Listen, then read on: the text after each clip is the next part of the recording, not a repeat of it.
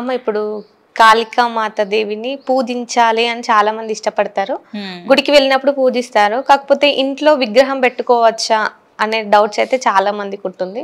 అసలు ఇంట్లో విగ్రహం పెట్టుకొని పూజ చేయవచ్చా అమ్మ? మరి పెట్టుకోవచ్చు. ఏ కాళీ ఉండాలంటే కుడి కాలు ముందు పెట్టి ఉండాలి. కాళీ శివుడి మీద కాలు పెట్టి ఉండే విగ్రహమే అమ్ముతారు కదా, శివుడి మీద కుడి కాలు పెట్టి ఎడమ చేత్తో కత్తి పట్టుకొని ఉండాలి. అటువంటి కాళీని దక్షిణ కాళీ అంటారు. మళ్ళీ పైన పాసం అంకుశం ఉండి త్రిశూలం పానపాత్ర ఉంటుంది అమ్మవారి కింద 2 చేతుల్లో. ఆమెని భద్రకాళి అంటారు. భద్రకాళిని దక్షిణ కాళిని ఇంట్లో పెట్టి పూజ చేసుకోవచ్చు. శ్మశాన కాళిని పెట్టుకోకూడదు. స్వామివారి మీద ఎడం కాలు పెట్టి ఉంటుంది అమ్మవారు. ఎడం కాళ్ళు పెట్టుకొని ఉండే అమ్మవారు వచ్చి శ్మశాన కాళి అనమాట. ఆ అమ్మవారిని ఇంట్లో పెట్టుకుంటే ఏమవుతుందంటే అమ్మవారికి ఎంప్లాయీస్ ఉంటారు కదా, మరి ఎంప్లాయీస్ ఎవరు శ్మశాన కాళికి? భూతాలు, ప్రేతాలు, పిశాచాలు అన్ని కంట్రోల్లో పెట్టుకొని ఉంటుంది అమ్మవారు. వాళ్ళు ఎంప్లాయీస్ కదా, మరి ఇల్లంతా తిరుగుతూ ఉంటారు. ఇంట్లో పిల్లలు ఉంటే భయపడతారు కదా.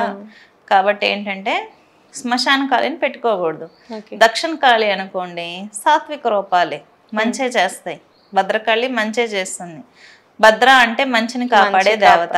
కాబట్టి కేరళ అంతా భద్రకాళిని ఇంట్లో పెట్టుకొని పూజ చేసుకుంటారు. మన వరంగల్ భద్రకాళి అమ్మవారు ఉంది. రాజులు బాగా పూజ చేసేవాళ్ళు కదా.